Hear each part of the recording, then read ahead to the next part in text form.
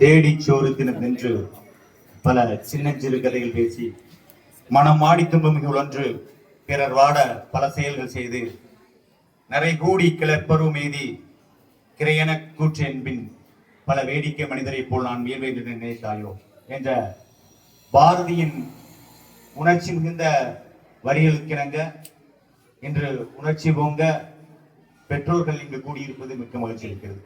ஒரு தகவலை சொல்லிக்கொள்ள விருப்பப்படுகிறேன். நேற்றைய இதே நிகழ்வு கயத்தாரில் நடைபெற்றது. அதில் நான் சிறப்பு அழைப்பாளராக பங்கு பெற்றுக் கொண்டேன். அங்கும் இங்கும் என்ன ஒரு பெரிய வித்தியாசம் என்றால், அங்கு மாணவர்கள் அதிகமாக இருந்தார்கள், பெற்றோர்கள் கம்மியாக இருந்தார்கள். இங்கு மாணவர்களுக்கு ஈடாக பெற்றோர்கள் வந்திருப்பது மிக்க மகிழ்ச்சி இருக்கிறது. பழுகுமலை பள்ளி சிறுபருவத்திலிருந்து 12ஆம் வகுப்பு முடிக்கும் வரை ஒரு பெரிய கனவுகளை சுமந்து கடந்த பள்ளி. நான் அந்த பயின்ற காலங்களில் நாங்கள் செய்த சேட்டைகளையும் நாங்கள் செய்த குறும்புகளையும் பொறுத்துணர்ந்து இன்று இதே பள்ளிக்கு ஒரு ஒருங்கிணைப்பாளராக வந்து இன்றைய நிகழ்வில் சிறப்பு அழைப்பாளராக பேசுவதில் மிக்க மகிழ்ச்சி அளிக்கிறது. என்னுடைய 11, 12 படிக்கக்கூடிய காலங்களில் என்னுடைய கெமிஸ்ட்ரி மேம் தான் இன்னைக்கு தலைமை ஆசிரியர் அவர்கள். இதே இடம் தான், இந்த இடத்துல ரேங்க் கார்டில் கம்மியாக மார்க் எடுத்தேன். எப்போவுமே நல்ல மார்க் எடுப்பேன், அந்த டைம் கம்மியாக மார்க் எடுத்துட்டேன். மேமுக்கு பயந்தே என்ன பண்ணேன்னா, எங்கள் அம்மா சைனை நான் போட்டு வந்துட்டேன். வந்து கொடுத்துட்டேன். பார்த்த உடனே கண்டுபிடிச்சிட்டாங்க, சைன் மேம் போடல அப்படின்ட்டு. நீ வீட்டில் இருந்து ஆளை வர சொல்லு அப்படின்ட்டாங்க. இதே இடத்துல தான் வந்து நிற்கிறேன், மேடம் நிற்கிறாங்க.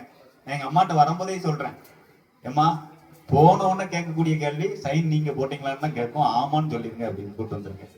எங்கள் அம்மா வந்த உடனே அதே மாதிரி மேம் கேட்டாங்க. முதல் வார்த்தை, மேடம் அவன் சைன் போட்டது என்கிட்ட சொல்லிட்டான், உங்ககிட்ட கேட்டா அப்படி சொல்ல வேண்டாம்னு சொன்னான் அப்படின்ட்டாங்க.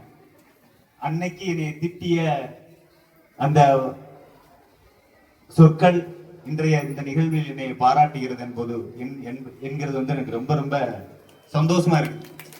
நம்ம பிறந்ததற்கான ஒரு பலனை அடைந்தது மாதிரி இருக்குது இன்னைக்கு என்னுடைய ஆசிரியர்கள் மத்தியில ஒரு பெருமையான வார்த்தைகளை வாங்குவதற்கு.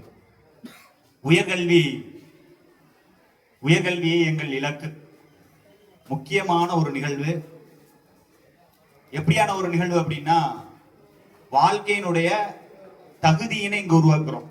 வாழ்க்கையோட தகுதியை 12 முடிச்ச உடனே நீ அடுத்து என்ன ஆக போற, 12 முடிச்சிட்டோம். 12 முடிச்சதுக்கு அப்புறம் நீ லாயர் ஆக போறியா, இல்ல ஒரு பெரிய ஐஐடி கம்பெனியில பெரிய இன்ஜினியர் ஆக போறியா, மருத்துவராக போறியா, நீ உன்னுடைய வாழ்வை இறப்பு வரைக்கும் எந்த மாதிரியான ஒரு வேலையில கொண்டே உன்னை நீ அமர்த்திக்க போற அப்படிங்கிறத முடிவு பண்ணக்கூடியதான் இந்த உயர்கல்வி. இந்த உயர்கல்விய ஒரு சிறப்பா அமைச்சு கொடுக்கணும்னு சொல்லி தமிழக அரசு பல முயற்சிகளை தொடர்ந்து எடுத்துக்கிட்டே வராங்க. அதுல இதுவும் ஒரு நிகழ்வு. உயர்கல்வியே எங்கள் இலக்கு என்னுடைய ஒரு பார்ட் தான். இதெல்லாம் இந்த உயர்கல்வியோட இலக்கை கொண்டு வரதுக்காக கொண்டு வரப்பட்டதான் வெற்றி பள்ளிகள் திட்டம் சொல்லி. இந்த வெற்றி பள்ளிகள் திட்டம் என்ன உங்களுக்கு எடுத்துரைக்குது அப்படின்னா, விருப்பமுள்ள மாணவர்களை, அரசு பள்ளி மாணவர்களை எடுத்துட்டு போய் ஜேஇ, நீட்டு, கியூட்டு, கிளாட் போன்ற தேர்வுகளுக்கு தயார்படுத்துறது. நம்ம ஒரு தனியார் பள்ளியில நம்முடைய குழந்தைகளை படிக்க வச்சோம்னா தெரியும், இந்த ஜேஇக்கு, நீட்டுக்கு, கியூட்டுக்கு, கிளாட்டுக்கு எவ்வளவான ஃபீஸ் வாங்கிக்கிட்டு இருக்காங்க அப்படின்ட்டு. அந்த ஒரு பெரிய சுமையை பெற்றோர்கள் மீது புகுத்தக்கூடாது. அரசு பள்ளி மாணவர்களும் இது போன்ற பெரிய இலக்குகளை அடைய வேண்டும் என்பதற்காக தமிழக அரசு கொண்டு வந்த சிறப்பான திட்டம் தான் இந்த வெற்றி பள்ளிகள் திட்டம். முதல்ல நான் ராஜபாளையம் சத்திரப்பட்டி ஸ்கூல்ல இருந்து அங்க டீச்சரா 12th வொகேஷனல் குரூப் டீச்சரா இருக்கேன். அங்கிருந்து இந்த செக்டர் இங்க மாறும் போது எனக்கு முதல்ல கொடுக்கப்பட்ட ஒன்றியம் வந்து ஓட்டப்படாரம். நான் உள்ள என்டர் ஆகும் போதே சொல்லிட்டு வரேன், கயத்தார் பிளாக் ஓபன் ஆனிச்சுன்னு எனக்கு அங்க சேஞ்ச் பண்ணி தரணும் அப்படின்னா நான் இப்போதைக்கு மாறிக்கிறேன், இல்லைன்னா எனக்கு ஓட்டப்படாரம் பிளாக் வேண்டாம் அப்படின்னு சொல்லிட்டு வரேன். ஓட்டப்படாரம் பிளாக் போறேன். அங்க கலெக்டர் என்ன செஞ்சிட்டாருன்னா இந்த திட்டத்தை வந்து ரன் பண்ணிட்டு இருக்காரு. அதனால எங்களுடைய டிஹெச்எம்சி சார்ட்ட கேட்டு, எனக்கு ஒரு ஆசை, நம்மளுடைய ஒன்றியத்துல நம்ம பள்ளியில இருக்கக்கூடிய மாணவர்களுக்கு இந்த திட்டத்தை கொண்டு போய் சேர்த்தணும் அப்படின்ட்டு. அப்போ உங்ககிட்ட கேட்ட அடுத்த செகண்ட் நீங்களே போய் உங்களுடைய கயத்தார் ஒன்றியத்தின் கீழே இருக்கக்கூடிய ஸ்கூல்ல எத்தனை பையங்க வில்லிங்கா இருக்காங்க, படிக்கிறதுக்கு தயாரா இருக்கிறாங்க, ஜேஇ நீட்டு கியூட் படிக்கிறதுக்கு எத்தனை பையங்க தயாரா இருக்கிறாங்க அப்படின்னு சொல்லி ஒரு லிஸ்ட் எடுக்க சொன்னாங்க. அந்த லிஸ்ட்ல வந்து நம்ம ஸ்கூல்ல இருந்து மட்டும் 30 பிள்ளைங்க வந்து நீட்டுக்கும் ஜேஇக்கும் கியூட்டுக்கும் நாங்க படிக்கிறதுக்கு தயாராக இருக்கிறோம் அப்படின்னு சொல்லி சொன்னாங்க. இப்ப அந்த பிள்ளைங்க தொடர்ச்சியா என்ன செஞ்சிருக்காங்கன்னா வகுப்புக்கு வந்துகிட்டு இருக்காங்க. அந்த பிள்ளைங்களோட அதிகபட்ச கனவு என்னவா இருக்கும்னா தன்னுடைய வாழ்க்கைய நல்ல ஒரு கை நிறைய சம்பளத்தோட அமைச்சுக்கணும் அப்படிங்கிறது அவங்களுடைய இதா இருக்கும். ஸோ நாங்க அதற்கான பாதையை அமைத்து கொடுத்துருவோம். பள்ளி ஆசிரியர்களாக ஒருங்கிணைப்பாளராக என்ன செஞ்சோம்னா அந்த பாதையை நாங்க வழி அமைச்சு கொடுத்துருவோம். ஆனா நீங்க அதற்கான பாதையை அவன் சரியா பயன்படுத்திட்டு இருக்கானா அப்படிங்கிறத நீங்க என்ன செய்யணும்னா கவனிச்சுட்டே இருக்கணும். பெற்றோர்களாகிய நீங்கள் வந்து கண்டிப்பாக வீட்டுல கவனிச்சுட்டே இருக்கணும். இங்க சொல்லலாம் உங்க பையன் என்னென்ன மாற்றங்கள் நடக்குங்கிறத நீங்க கவனிக்கணும். மாதத்திற்கு ஒரு முறை ஆசிரியர்களை அணுகி அவனுடைய போக்கு சரியானதா இருக்குதா இல்ல தடமா இருந்தா, எப்படி படிச்சுட்டு இருக்கான், அவனுடைய படிப்பு என்ன அப்படிங்கறத தெரிஞ்சுக்கணும். சில நேரங்களில் பேரண்ட்ஸ் மீட்டிங் அப்படின்னு நம்ம சொன்னோம்னா என்ன நினைப்பாங்க, வீட்டுல இந்த பையனே போய் சொல்லுவான். நேற்று என் காத்துக்கு வந்த ஒரு விஷயம், எங்க ஊர்ல ஒரு பையன் போய் சொல்லியிருக்கான் வீட்டுல, அப்பா நீங்க வராட்டியெல்லாம் ஒன்றும் பிரச்சனை இல்லை, அதெல்லாம் பார்த்துக்கிடுவாங்க, இது சும்மாப்பா அப்படின்னு சொல்லியிருக்கான். இந்த நியூஸ் எனக்கு வருது. அப்போ அதையும் தாண்டி பேரண்ட்ஸ் இத்தனை பேர் வந்திருக்கீங்க போது ரொம்ப சந்தோஷமா தான் இருக்குது. இருந்தாலும் நீங்க பெற்றோர்கள் வந்து மாதத்திற்கு ஒரு முறை உங்களுடைய பையனோட நலனை கருதி என்ன செய்யணும், வர்றது ரொம்ப சிறப்பாக இருக்கும்னு நினைக்கிறேன். உங்க பிள்ளைங்களை எத்தனை மணிக்கு இப்போதைக்கு எழுப்பி போடுறீங்க? 6 மணிக்கு எழுப்பி போடுறீங்க. 6 மணிக்கு எந்திரிச்சிடுறான். எல்லார் வீட்லயும் அதே நடக்குதா? கடையில நீங்களே 7 மணிக்கு எழுதிக்கீங்களா? 5 மணிக்கு எழுதிக்கீங்க. தயவு செஞ்சு உங்க குழந்தைங்களை 5ல இருந்து 6 மணிக்கு எழுப்பிட்டுங்க. 6 மணிக்கு நீங்க எழுப்பிட்டீங்க அப்படின்னா ஒரு வாரம் கூட சண்டை போடுவான். நம்ம பிள்ளையோட வாழ்க்கை முக்கியம் இல்லையா? ஒரு வாரம் சண்டை போடுவான், ஒரு வாரம் கூட சண்டை பிடிப்பான், ஒரு வாரம் கழிச்சு அது ஆட்டோமேட்டிக் ஆகும். அடுத்த ஒரு வாரம் ஃபுல்லா சும்மா உட்காந்துருப்பான். 6 மணிக்கு இருந்துச்சு அந்த சும்மா இருக்க நேரத்தை ஏதாவது பண்ணணும் பாத்தீங்களா?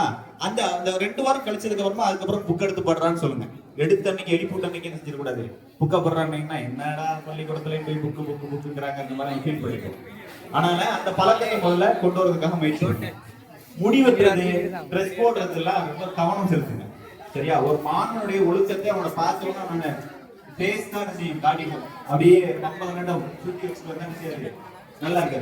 முடி வெட்டுறது, பேண்ட் ஷர்ட் போடுறது, முட்டு வைக்க போட்டு கவனிங்க. ஒழுக்கத்தை முதல்ல கற்றுக் கொடுங்க. முதல்ல ஒழுக்கங்கிறது நமக்குள்ள சிறப்பா அமைஞ்சிச்சு அப்படின்னா கல்வியும் ஒழுக்கம் சார்ந்த கல்வியை மட்டும் செஞ்சோம் சிறப்பாக அமைக்கும். இப்ப மாணவர்கள்ட்ட பேச போயிடலாம்.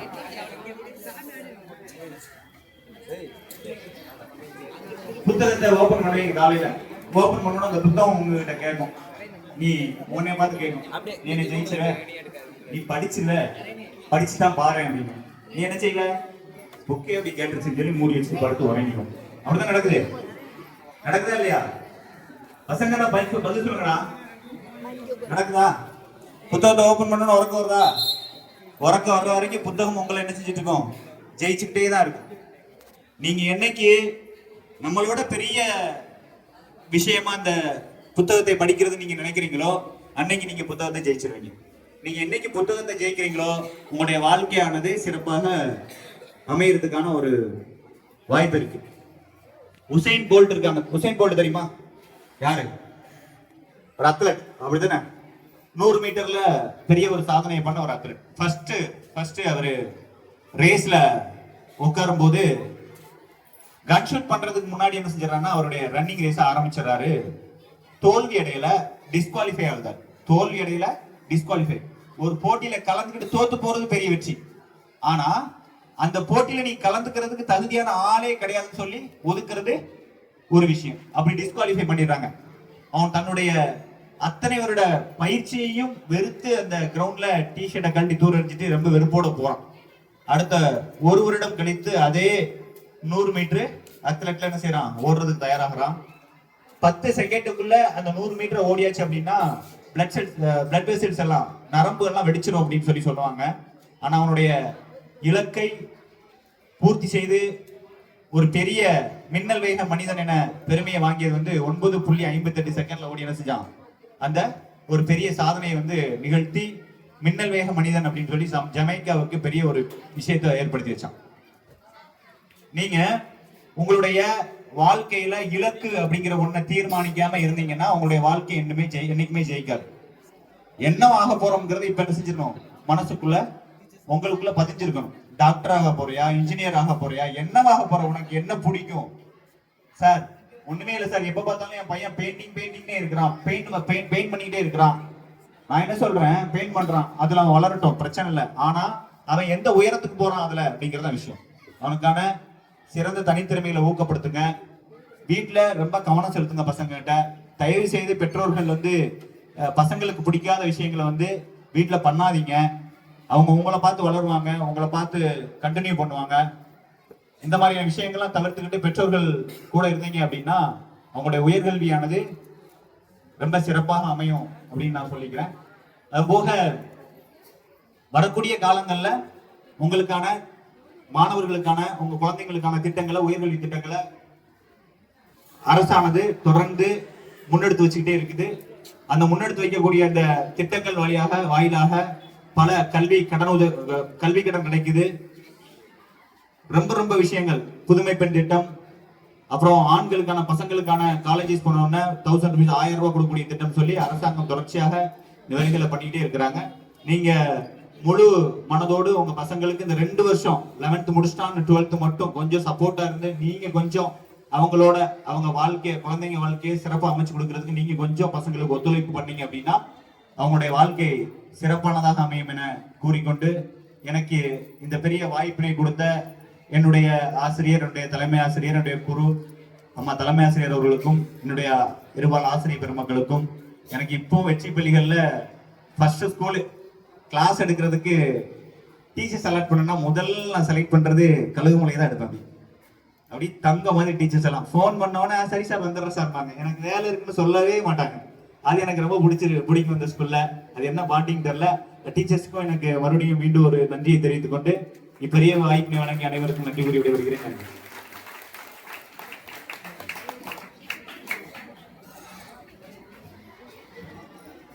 கவிராசன் சாருக்கு நன்றி. சிறப்பாக உரையாற்றியமைக்கு அது முன்னாள் மாணவர் என்பது மிக்க மகிழ்ச்சி. அடுத்ததாக முன்னாள் மாணவர், இந்த பள்ளியின் இந்நாள் சட்டக்கல்லூரி மாணவர் பாரதி அவர்களை உரையாற்றுமாறு அன்புடன் அழைக்கிறேன்.